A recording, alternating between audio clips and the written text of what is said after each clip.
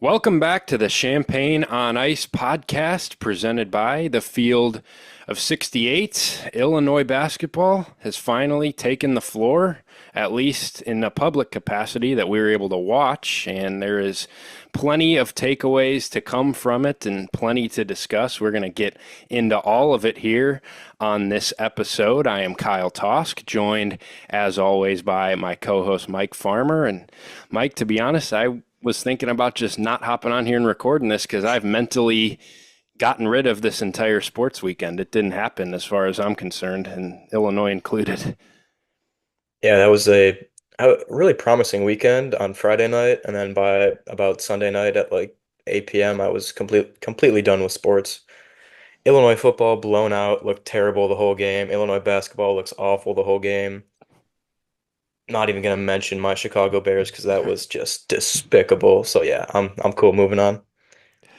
Well, yeah, Illinois definitely didn't add to that. Luckily, the game doesn't actually count, so that's the one bright spot. But if it did count, it would be pretty ugly. First look at Illinois. 91-74, Ole Miss takes care of the Illini. Illinois was down 19, 8 minutes into the game, and never got back closer than 14 the rest of the way. And we'll just get into it. I think what we'll do here is just kind of switch off and give some takeaways from this game. And my first takeaway is that this team's got a ways to go. I think that's pretty obvious, and that's not necessarily unexpected with a new group like this. We talked about how it's probably going to be a process, and you're going to need some time for this team to really gel together, and it's not going to be quite as fast as last year when you had a bunch of older guys and you had Shannon and Hawkins coming back, and you had just had a core that was back, and you kind of pieced together certain guys who were veterans with Marcus Damask and Quincy Guerrier and Justin Harmon, guys that had already played roles at other places and just kind of seamlessly fit right in. You got a bunch of guys that just haven't played together, that don't necessarily know their role yet, that it's just going to take some time for this team to really find its rhythm together. And I think that's what we saw in this game, as it was just very disjointed. There wasn't much of a flow offensively, defensively. There was a lot of miscommunications, a lot of blown assignments, a lot of wide open shooters. We can get into that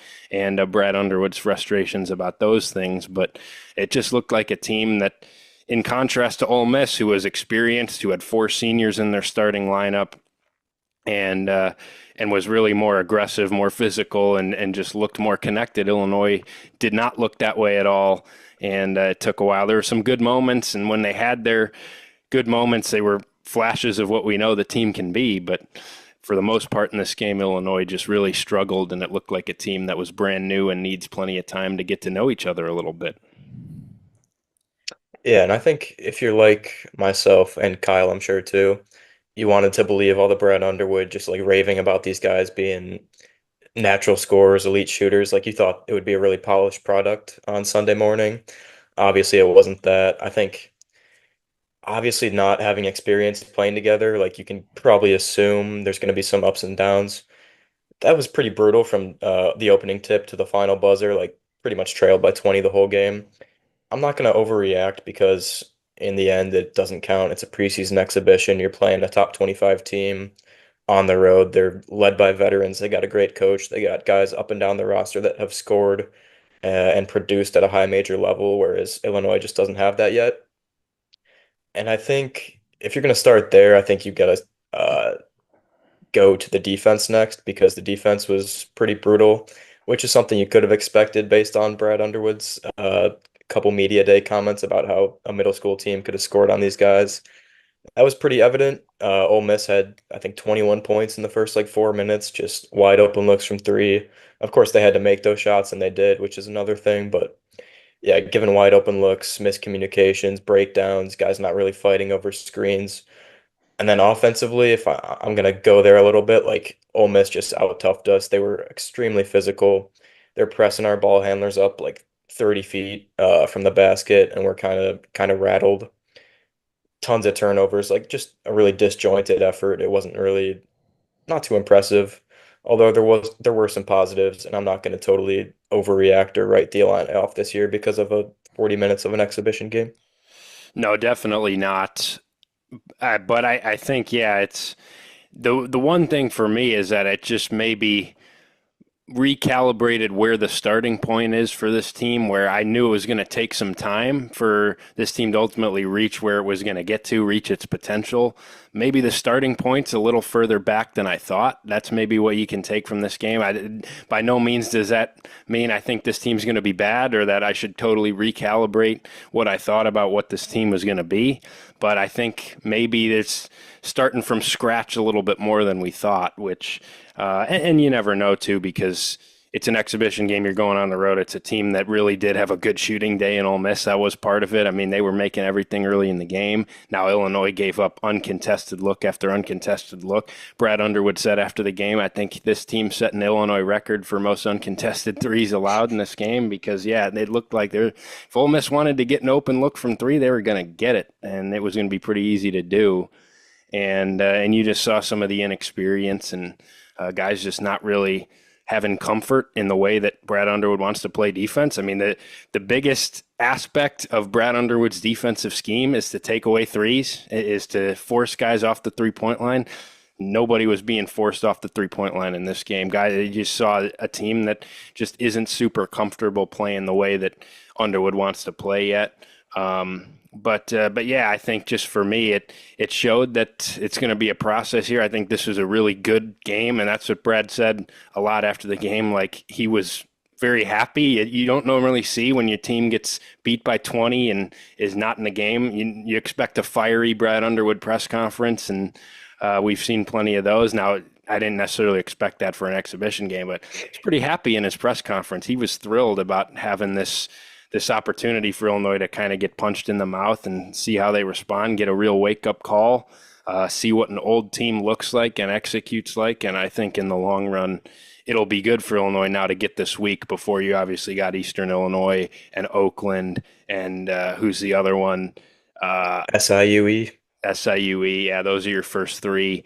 So you got some time now to really dive into this one and for these coaches to really get after it with these guys, and I think it'll be good. But I think, yeah, I mean, it is cliche to say, and that's what Brad Underwood said, but I think this is a really good thing for this team actually to see that and to see how far they still have to go, and especially for some of these younger guys with the high expectations.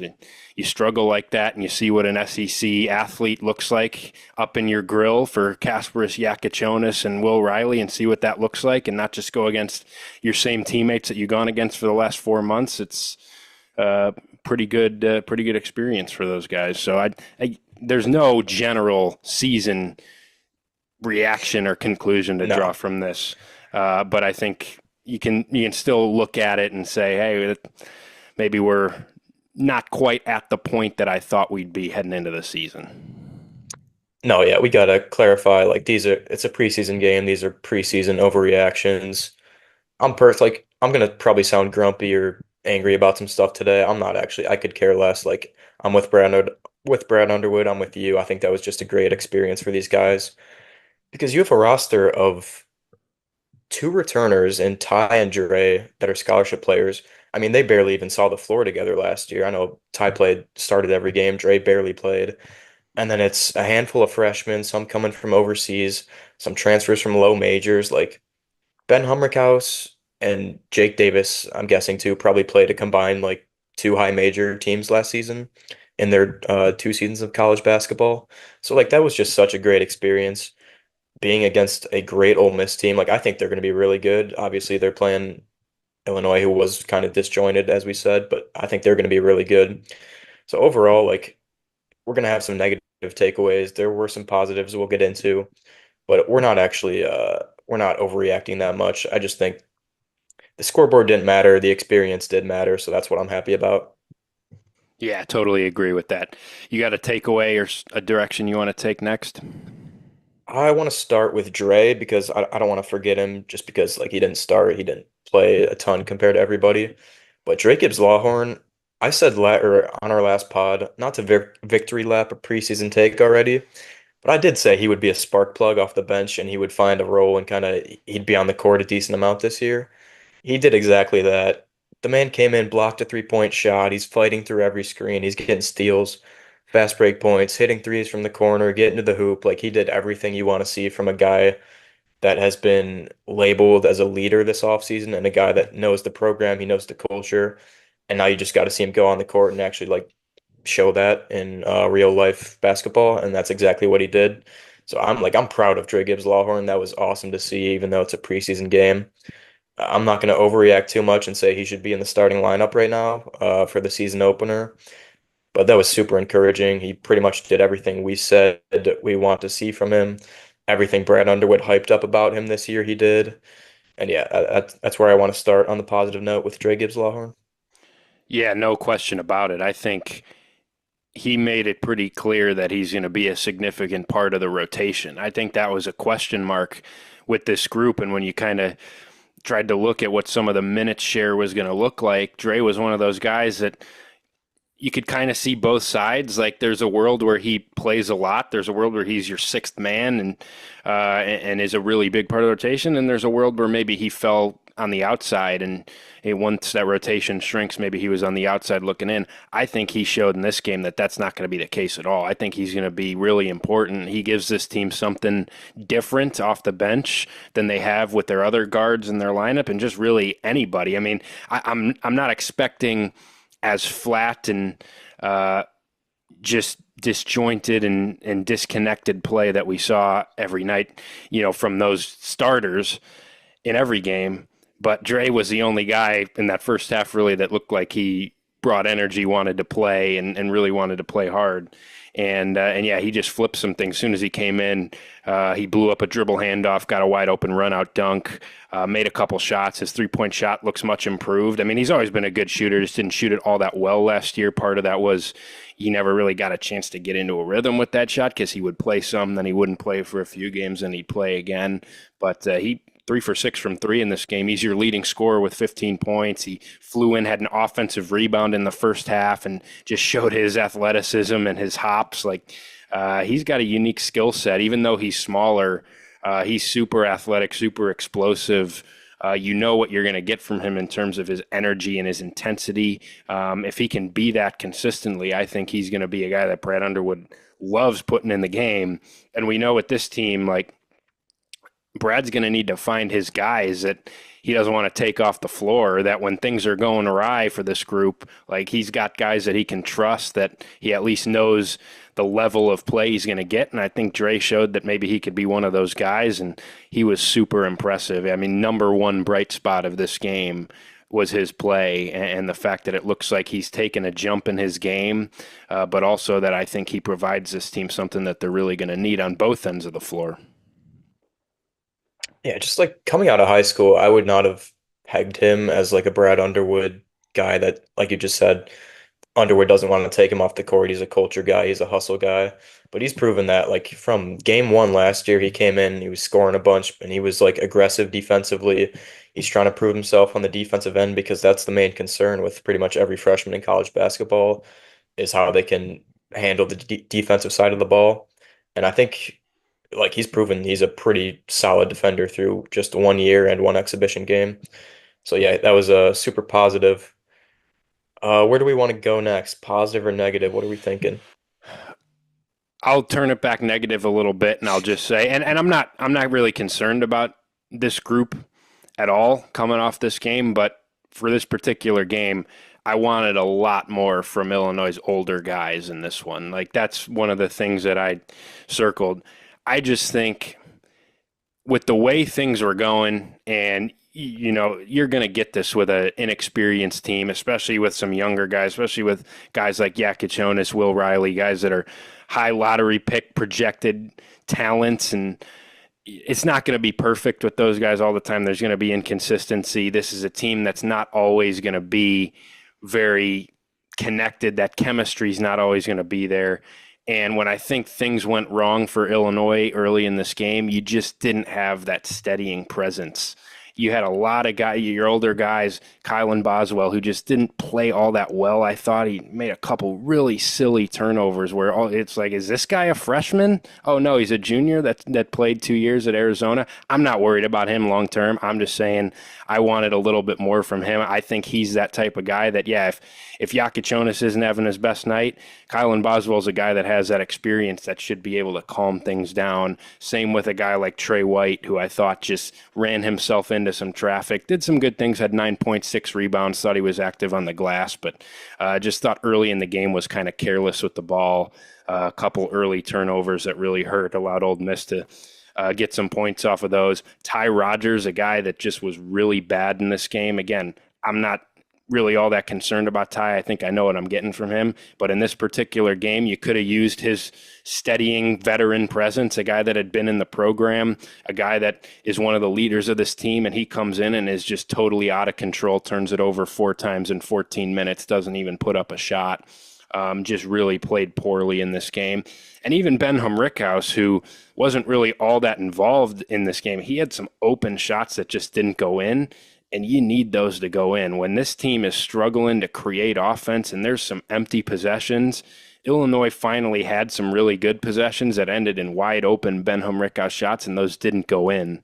And that's just deflating for a team that was really struggling, really needed those buckets. Again, not concerned at all about Benham Rickhouse missing shots. I think he'll make plenty of those this year. But for this particular game, it would have been nice to see your veteran guys step up and just provide you that veteran leadership, that veteran presence, just make a couple plays, calm things down a little bit, get guys back on track. And I thought those guys missed some opportunities to do that in this particular game. Yeah, I'm with you there. I will say I'm like you. I'm not concerned at all about Ben Humrichhouse's shooting. He went 0 for 4. A couple were in and out. Like I think he'll be one of the best shooters in the Big Ten still. Um, the thing with Kylan Boswell, he was the point guard at starting point guard at Arizona last year. They're one of the best teams in the country. I understand KJ is a potential top 10 pick, but like the lack of possessions where Kylan Boswell was bringing the ball up and just like not that he wasn't involved, but not really t not touching the ball enough. I was surprised by that. That was one of my takeaways.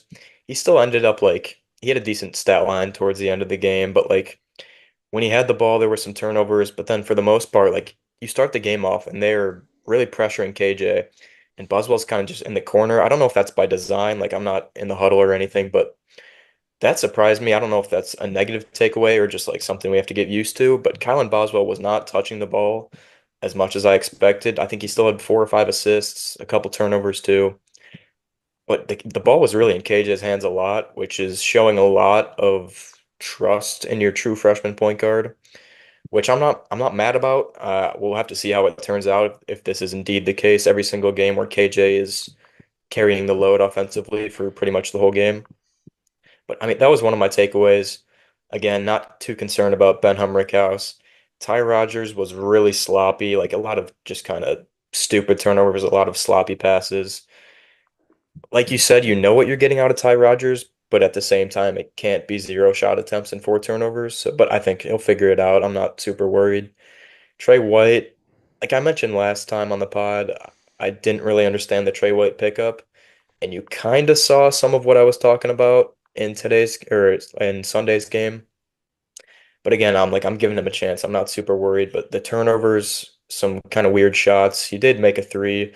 I think he had a nice mid-range too. He rebounded well, like you said.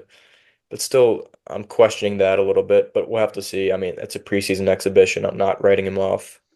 But yeah, the veterans did not perform too well. Like if your standouts from the game are Dre, KJ played pretty well. Merez was pretty nice, which we'll talk about, I'm sure. Big T had some nice finishes offensively. But if those are your standouts and you're looking at guys like Ben, Kylan, Trey White, Ty as negatives, that is a bit of a concern. It is a 140-minute game, but yeah, we'll keep an eye on it. Yeah, I just think you need those 4 guys to be consistent because you're going to get inconsistent play from everybody else, I think. Like, I'd be surprised if you're not going to get plenty inconsistency from a bunch of freshmen, especially guys that are going to have the ball in their hands a lot. They're going to take a lot of shots. Like, Will Riley's not going to shoot it all that well on some nights, and he didn't in this game. We can get to him in a minute as well. And KJ, I thought, had some good moments where you saw exactly what the hype was about, and he had some moments where he just looked a little overwhelmed, like it was his first time playing college basketball. Morez Johnson's going to go through his struggles. Big T's going to go through his. I mean, there's going to be fluctuations with those guys. That's what happens with freshmen. But you need your experienced guys to be consistent. And I just didn't, I thought all four of those guys left some to be desired in this game. That doesn't mean I'm concerned about any of them, really.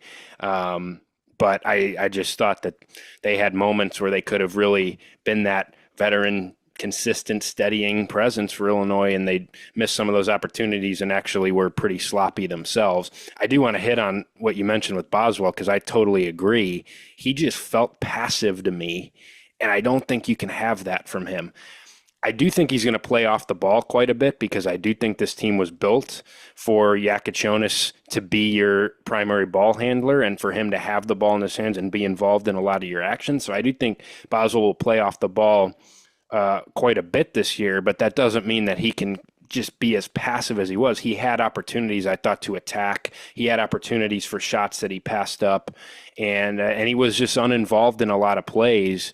And I want him to really assert himself more. That's one of the biggest complaints you hear out of Arizona people is that he would just disappear from some games. And, you know, there's games where he flashed and he was one of the best players on the floor. He was impactful. He was involved in every play. And there were games where he'd put up 0, 1, and 0 stat lines. And he didn't do that in this game. He actually had a pretty decent stat line when it was all said and done. But I just thought there were opportunities, especially in the first half when things were getting away from Illinois, when KJ was actually off the floor and he was your lead ball handler, did bring the ball up the floor. But I just thought he was passive and didn't really want to get himself involved. And that's what I want to see from him because he has the skill set to do that. And I think there's going to be times where you do want to lean on him more than you want to lean on KJ just because he has that experience and he brings something different. And I just thought he left me wanting a little bit more. And I just thought he was very passive and just didn't really get involved as much as I would like because I do think he needs to be one of your top 3 players on this team for Illinois to be their best selves. I just think that has to happen with him because he has that potential. So I totally agree with you on him. Yeah, just like the thing that stuck with me was the first couple possessions where KJ is getting harassed 30 feet from the bucket. And I don't know if Boswell was on the wing or the corner, but like that's a situation where you want to see a guy that's in his third year of college, has dealt with some struggles, some ups and downs at Arizona for 2 years. Granted, they were a really good team, and like he faced really good teams in the Pac-12 in the tournament too. But that's where you want to see a guy, like you said, like a leader, a veteran that's kind of just taking charge. But I don't know, at the same time, like it is a preseason game, and you want to see how KJ does against good competition, how he handles pressure. So like we keep going back to the same point that this we're not going to overreact like crazy, which I'm trying not to, but like still a bit concerning. So I don't know. But let's go for a positive here. I'm thinking I liked what I saw from Merez. Granted, offensively, you can kind of tell how raw he is, and that's not an issue. He's a freshman. He's an undersized big in the Big Ten.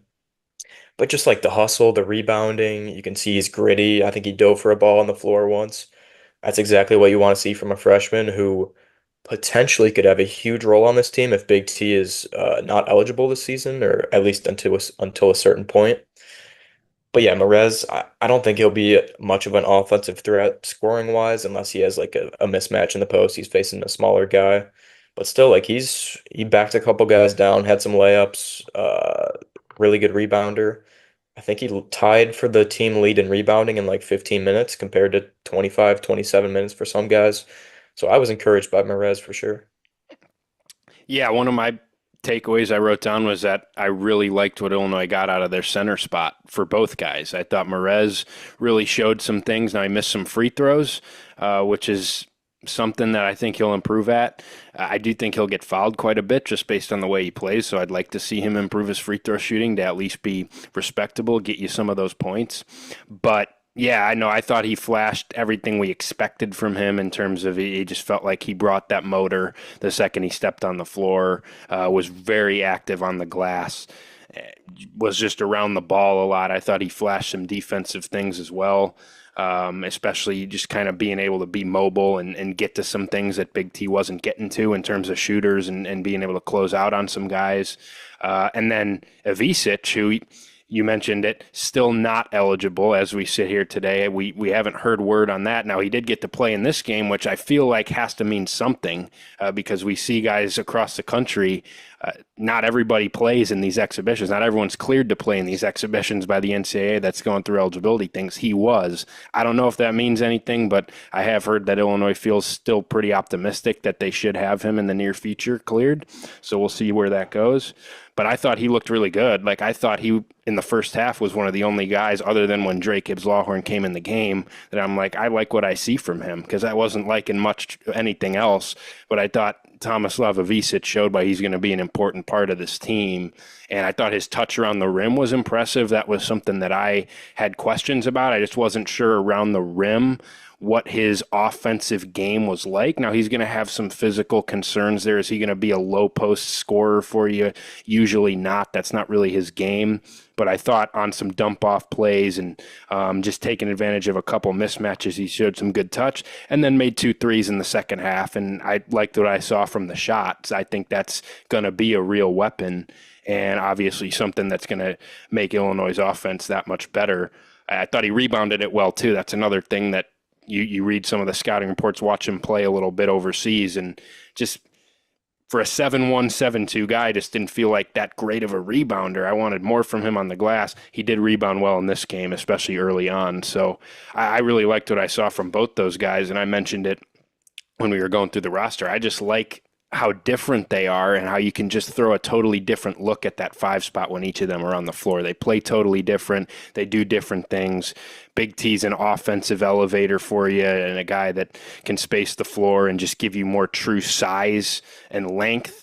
Whereas Morez Johnson is going to be more of that athlete, a guy that you can put in some more pick and roll actions, have him be that roll man that can go catch lobs and use his athleticism offensively and then defensively a lot more versatile. And when you need a rebound, you can trust him to go get that. So I really was encouraged by both those guys in their minutes.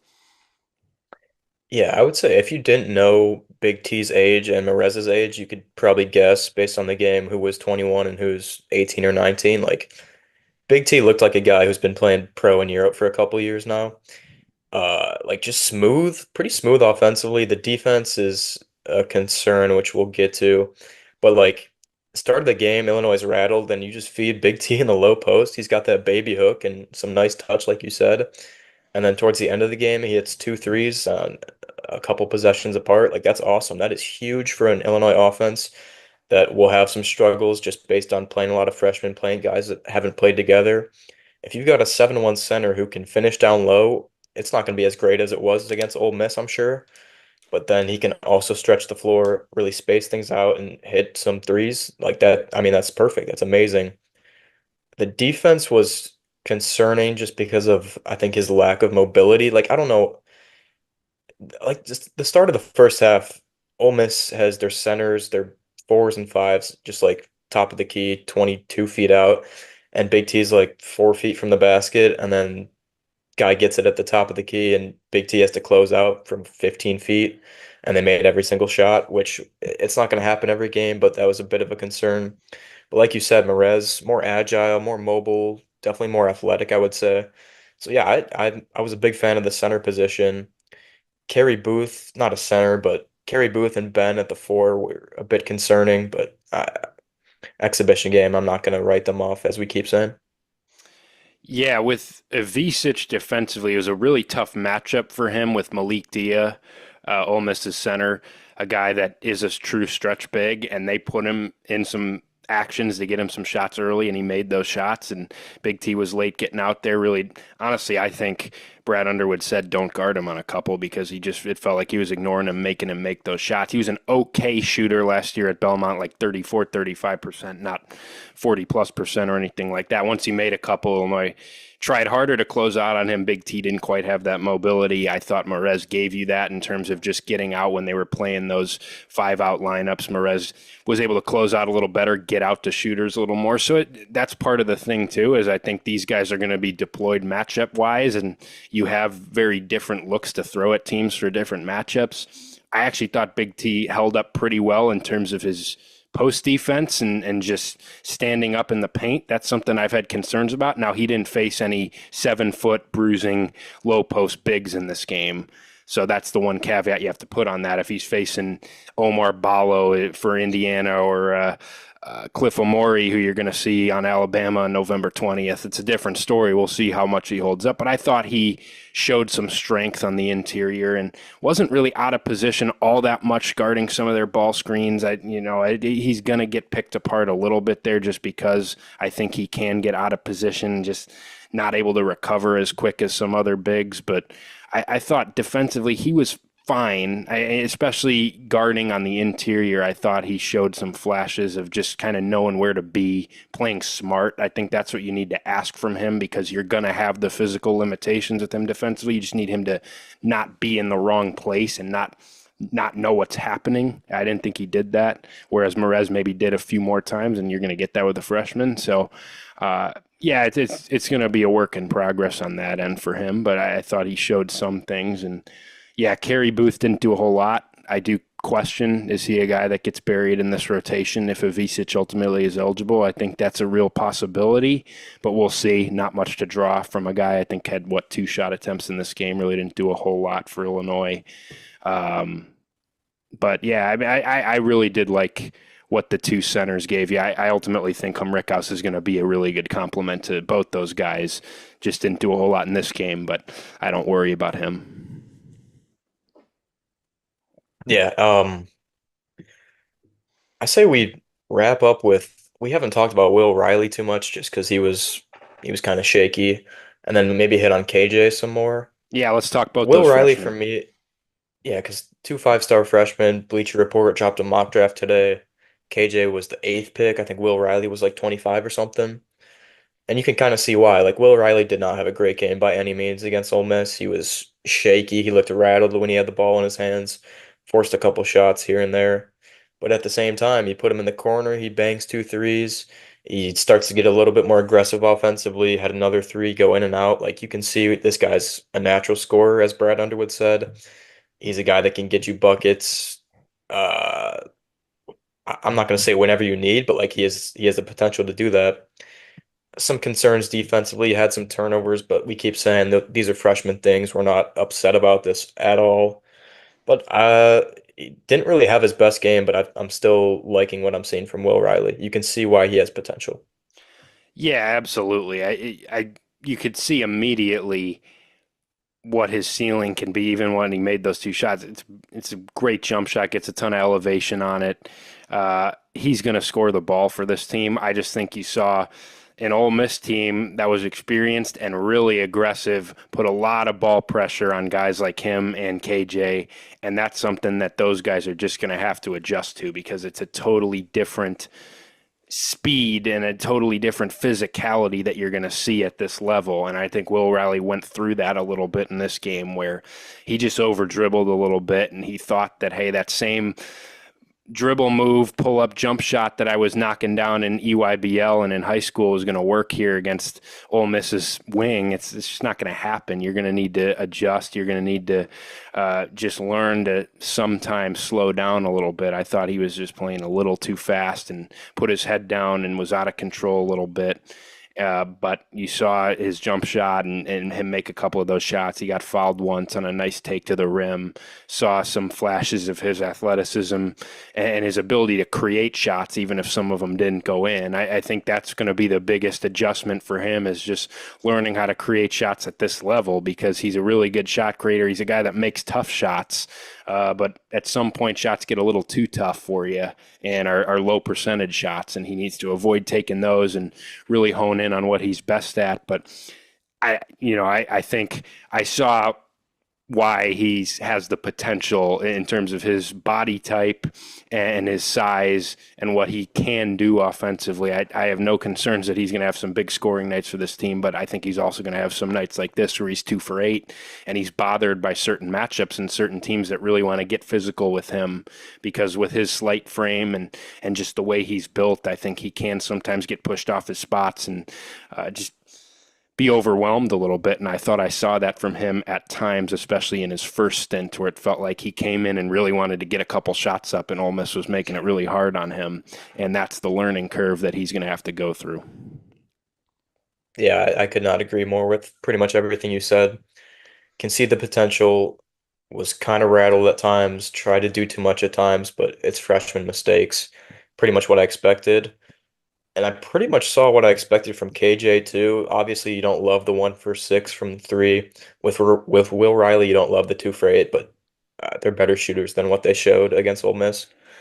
With KJ, had the ball in his hands a lot when he was in the game, created a lot when he was in the game, found his shot. Like he scored a little bit, had some free throws here and there and stuff like that. Created pretty well, finding guys with passes. Had his fair share of turnovers, but at the same time, we had 22, 23 as a team. Everybody had their turnovers, but pretty much what I expected from KJ. Um, you just gotta, you could give him some time on the season, give him some time on individual possessions. Like when he's having his screens, he likes to kind of go slow and find what he wants and take advantage of mismatches and slow players he's facing, whatever it is. But yeah, I liked what I saw from KJ, and I'm optimistic about both KJ and Will Riley. Yeah, he KJ for sure looked like a pro at times, and there were times where he just looked like he was a little overwhelmed with the way Ole Miss was playing him, and just a little loose with the ball and a little indecisive. I thought early in the game I would have liked to see him really facilitate more, because I think the thing I liked the most about his game when he was playing for FC Barcelona over in Spain was that he was pass first. He was at the start of the game, he is going to run offense. He is going to get you into your stuff. He is going to move the basketball, get guys involved, and he's going to score when it's there for him, but ultimately he's going to make the right pass. I thought early on he just forced some shots where I know he can score, and he's going to have some nights where maybe that scoring load is going to be placed on him, or he's going to get a matchup he likes, but took a couple step back threes in the first half, just forced some things. Did have a really nice step through move into a floater, which looked like a pro move, and he has some of that craftiness to his offensive game. But I would have liked to see him early in the game do what he started to do towards the middle portion and later in the game, which was get inside, penetrate, like you said, kind of that slower, meticulous probe into the paint and find a cutter or find a Visic on a dump off. Had a couple really nice plays on that front, and finding guys around the rim, and showing his passing ability. And I want to just see that a little bit more from him, because I do think there's going to be some nights where maybe he is going to take more shots than others, but I want to see him at least early in games really be that point guard for you, and with the ball in his hands really create things, get the offense moving. I mean, that's one thing we could talk about too, is there was just not a lot of movement in general from this Illinois offense, and that's definitely doesn't all fall on him. Guys weren't moving without the basketball, and guys weren't moving the ball in general, but I thought the ball stuck in his hands a little more than I would have liked to see or expected to see from him early. But when he did flash, especially with a couple of the passes he made, a couple of the drives inside, and his shot looked really good too. He didn't shoot it all that well in this game, but you saw what his shot can be, and made one big shot early in the first half on a kick out from Tomislav Visic, pretty deep. So, yeah, he looked like a pro to me. He didn't play great, but he looked like a pro. It just is some of those little things, and just kind of getting Illinois into their offense a little bit more that I wanted from him, but I think he'll learn that with time. Yeah, I agree there. I think just him forcing his shot towards the start of the game, taking step backs. He had one like turnaround jumper mid range. I think he made that, but like I think part of that just comes with being down 10-3 instantly. Like you're at on the road, your first collegiate game ever, playing a really physical Ole Miss team. It's just part of being a freshman. Like things get forced, you're kind of rushed, you're out of a rhythm, I guess. But that kind of goes back to my point about like wanting to see Boswell take a bit of the lead towards the start of the game. I want to preface this by saying I'm really not concerned about this. It's just like we're talking just to talk. It's a podcast. Like we got to point some things out. But like that's where I want to see Boswell kind of take charge, I guess. I know we want KJ to have the ball in his hands. I'm sure that's what Brad Underwood designed. Like it's not Boswell just sitting in the corner by choice, I guess. But like I want to see a third year college player who's been at Arizona for a couple of years on some really good teams. Like take advantage, and then at the same time, KJ can kind of ease into the game, get into his rhythm. Like because Kylan's a really good facilitator too. He had some beautiful dump off passes, found some guys for shots, had some assists. But yeah, like I don't know. I'm not complaining at all. I think KJ did really well given the situation, given he's kind of trailing by 20 the whole game against a really good team. So yeah, I mean, I keep saying it, but I'm optimistic about KJ. You can see why he's a potential lottery pick, and I think Illinois has a good one. I think ultimately he's going to be Illinois' best player on this team. And I think that's kind of one of the last things I'll say before we close it out is that I think this team really is going to need to find their go-to guys, find their top dogs on this team, and then let everybody else's role fall into place. That role identification, that role allotment is going to happen here pretty early in the season. It's going to be a process as the season goes on. But what made last year's team so good, and it really started pretty early in the year, was the role definition and just knowing who your guys were. Now, I don't think you're going to have a Terrence Shannon or a Marcus Damask on this team, and I'm not saying that any of these guys are going to be that, but I think you need to kind of find that separation of, okay, KJ is our guy, ball in his hands. In the moments that we need points, we're putting the ball in KJ's hands and everybody else is going to fall into place. Or like you said, is that going to be more of Kylan Boswell's responsibility? Are you going to lean into him a little bit more in certain situations? How often is Will Riley really going to be involved in the offense? Is he a guy that this team is really going to lean on to go create shots for himself often in games? Or is he a guy that maybe does need to fit into more of a role? And some of those guys that we talked about, like Ty Rogers, Trey White, Benham Rickhouse, those guys are going to be role guys for this team. Those guys are probably not going to be your star players, but that needs to happen. I felt like in this game, every guy was kind of auditioning to be the guy a little bit at times, where it's just, balls in their hands. They're trying to do a little bit too much. They're trying to make a big time play for themselves or whatever the case may be.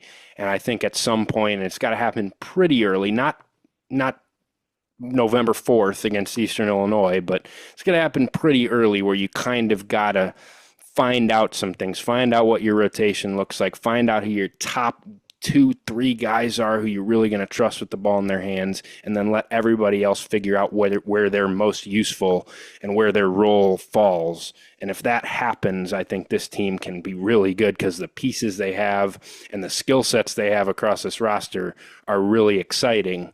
But as we saw with a team that's playing together for the first time, it's not all going to fit together perfectly unless they allow it to, and they find some of those things out. So that's kind of my parting thought about this team. And it's not breaking any news to anybody. That's what happens with a new group like this. But I think that really has to happen. But I will tell you, I think KJ is going to be the guy for this team at some point because he just has that look to him. No, I'm glad you said that because I was going to say that earlier.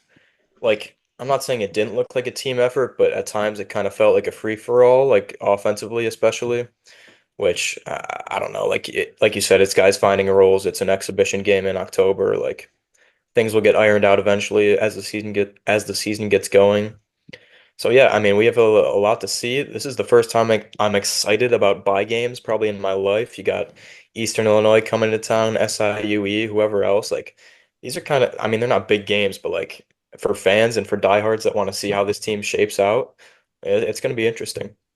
They're really important games for this team, I think. And not necessarily win and loss column. If you lose, we got other problems, any of those three. But you got Alabama on November 20th. And while I think it's fair to say this team is going to have a pretty slim chance of beating that Alabama team in Birmingham that early in the year, I think yesterday probably made that clear more than anything. If there's one thing that changed in terms of my mindset about this team coming off yesterday, it's that maybe I'm a little less confident that you can go beat Alabama and Arkansas in November based on where this team's currently at. That's not to say they can't because they're really talented. They absolutely could if they put a really good performance together.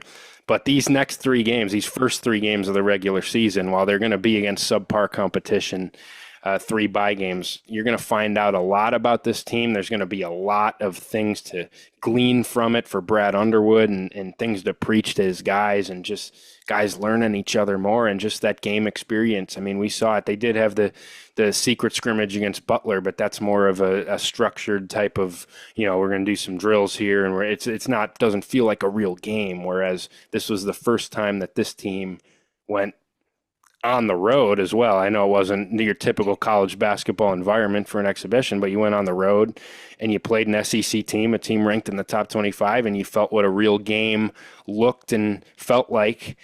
And I think that's just going to be important for this team for those first three games. So I agree with you. It's the first time in a few years where I feel like, man, I am really intrigued to see what happens in these first three bye games, which I expect Illinois to win comfortably, but I still think we'll learn quite a bit before that Alabama game. Yeah, the non-con is definitely a concern. I mean, it has been the whole time. But at the same time, I would much rather play Alabama, Oh, Arkansas, oh Duke, yeah. Tennessee, whoever, compared to an Indiana non-conference schedule of Arkansas, Pine Bluff, and Southern. Like, this is gonna make this team I don't know, it's gonna shape them for March because I think they're gonna be around in March. They'll be relevant by the time the Big Ten tournament comes around, and these really crucial games in March. Like, I think these games are gonna be they're gonna really benefit the team. So I'm pumped up.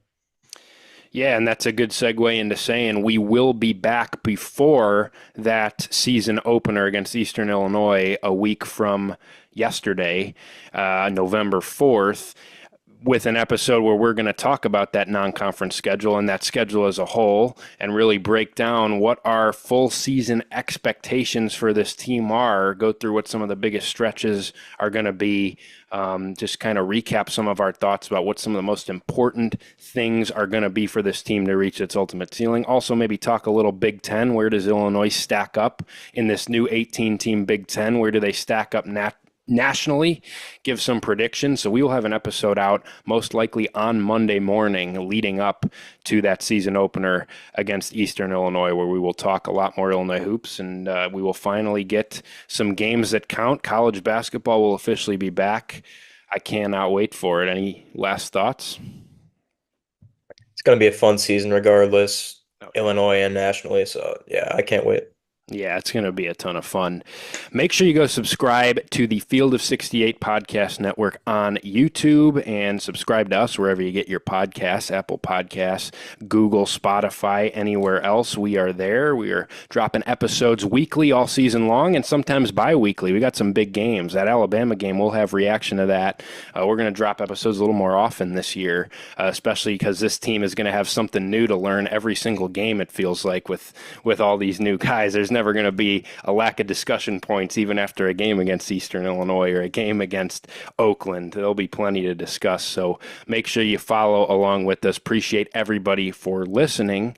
And we will see you next time here on Champagne on Ice. Have a great week, everybody, and enjoy the last college hoopsless week of the year. It's for not of the year, for the next